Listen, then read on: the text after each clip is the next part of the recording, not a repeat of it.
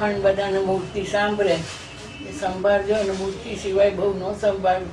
મૂર્તિ સંભાળ એ જ અખંડ સારું છે. તમારી મૂર્તિનું કાગળ તને આપીશ, એ વાંચજો તમારી મૂર્તિ. મારા નાથ રે બીજું મને આપશો, મને આપજો, મને બહુ જ ગમે. તમારી મૂર્તિ વિના મારા નાથ રે બીજું મને આપશો માં.